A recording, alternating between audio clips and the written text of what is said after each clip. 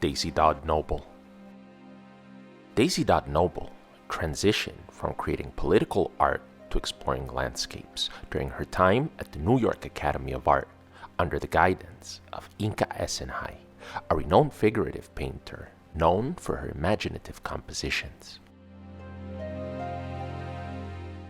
While navigating the fast-paced environment of Manhattan, Dodd Noble felt overwhelmed, and she discovered that sketching the city's trees had a calming and grounding effect on her. Gradually, she began incorporating these trees into fictional settings, crafting vibrant skies and deserted expanses around idealized renditions of real trees she had encountered. Currently based in London, Dodd Noble has redirected her artistic focus towards trees from her native UK, Costa Rica, and the south of France. She recently completed an artist residency with Galerie Bloom in the south of France. Although her vivid artistic representation evoke a sense of pre-Anthropocene innocence, Dodd Noble perceives them as expressions of self-discovery. She clarifies that her goal is not to construct an entirely new world, but rather to deepen her personal understanding of the world that surrounds her. Through her artwork, she aims to visually convey her insights into the nature of reality in the complex relationship between humanity and the world. Camilla Engström.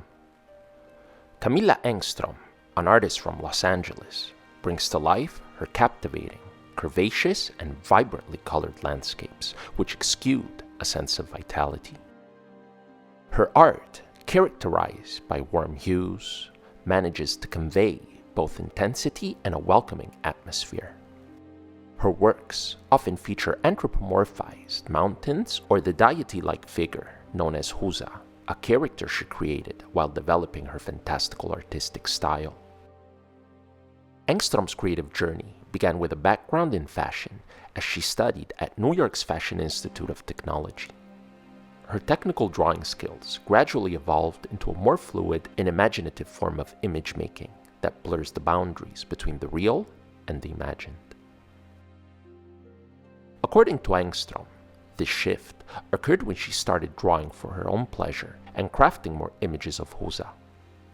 This allowed her to become more explorative and merge Husa with the landscapes in her mind. The name Husa, which inverts the meaning of housemaid in Swedish, symbolizes both spatial and spiritual transcendence.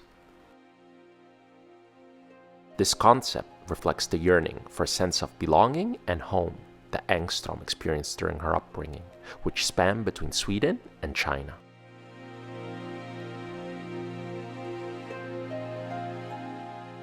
Seong Cha. Seong Cha, an environmental scientist, explores the Earth's underlying processes and humanity's role in disrupting them. Her journey into the world of painting began approximately a decade ago, while she was engaged in researching water pollution in the Mississippi River for her PhD. Painting for her was not a means to distance herself from the impact of human activities on the environment, but rather a way to delve into its intricacies. She felt that to effectively convey the stories about mankind's extraction of Earth's natural resources and the subsequent environmental degradation, scientific language alone was insufficient. Cha's artistic landscapes serve as a visual escape, portraying a dynamic realm of self-created cosmic forms, inspired by both artistic and scientific foundations. For instance, in a series focused on resource extraction, Cha developed a flattened topography based on the same aerial and satellite imagery she employs in her scientific research of Earth's surface. In another series titled Blood Clock, Cha embraced a more radical feminist tradition by visualizing her menstrual blood floating over a gaming board set against an artistic backdrop reminiscing of George O'Keeffe's Lake George series. Meline Bok. Meline Bok, originally from Elmira, New York, and now residing in Brooklyn, predominantly features pine trees in her artwork. However, her compositions also convey an underlying sense of disquiet within the tree-filled landscapes.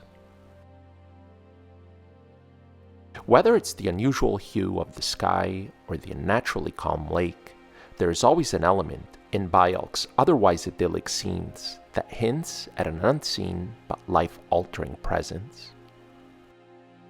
These elements cast the pine trees as symbolic representations of humanity and engage the viewer in a thought-provoking experience. Bajork's fascination with nature and its hidden mysteries was sparked during visits to her family's Adirondack cabin. It was there that she stumbled upon Theodore Dreiser's novel An American Tragedy, which happened to be based on a real-life crime that occurred on a nearby lake, the drowning of Grace Brown by Chester Gillette. Bajork emphasizes the significance of understanding the cultural and historical context of a place when creating her paintings. She believes that knowing about a location's past allows one to perceive it through different lenses, adding depth and complexity to the artistic portrayal.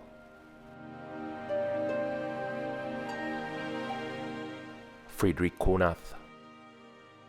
Fredick Kunath characterizes his vibrant and tragicomic creations as sunshine and noir. Centered on universal emotions like love, loss, hope, and despair, Kunath's art draws inspiration from popular culture, art history, and his chosen city of Los Angeles. He seamlessly blends abstraction and representation, realism and surrealism in his paintings, sculptures, drawings, videos, and photographs, resulting in dreamlike scenes imbued with both irony and deep emotion.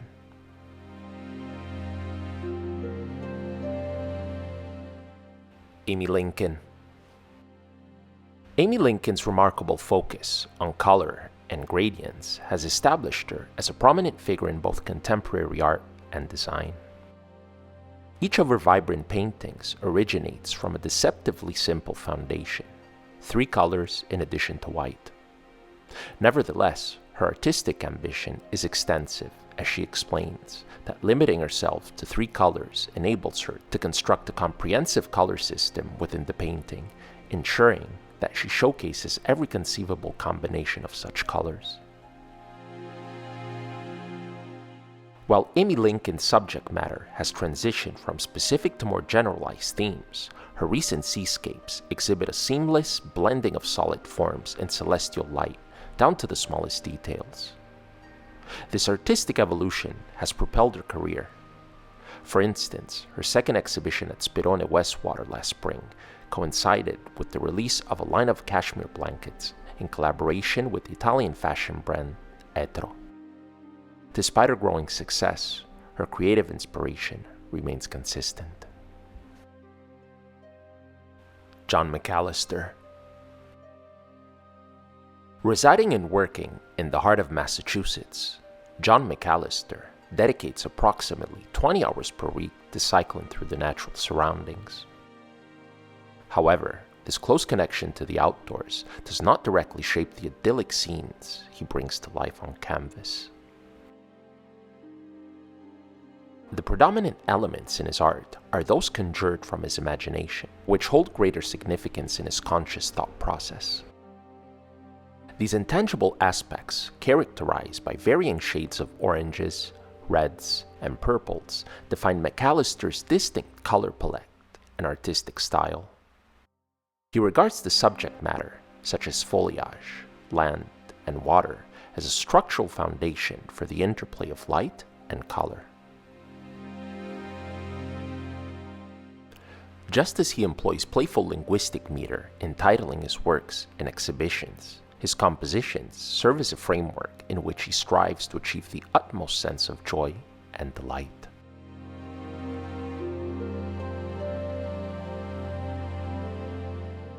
Dylan VandenHel. Despite their outward appearance of being imaginative and unrestricted, Dylan VandenHel's vibrant landscapes are actually methodical distillations of ordinary sensory processes, such as visual perception and working memory. VandenHel, who primarily works in plein air, incorporates a wide range of data into his artistic process, including details that our brains typically unconsciously filter out, with the aim of conveying a rich and immersive experience.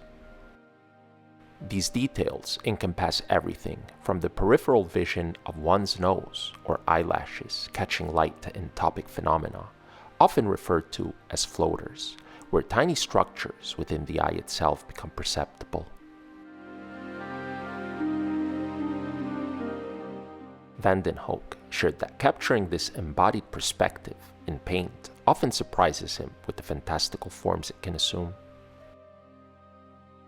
The result is especially fulfilling because it remains anchored in real life, relying on an external logic that surpasses his own understanding.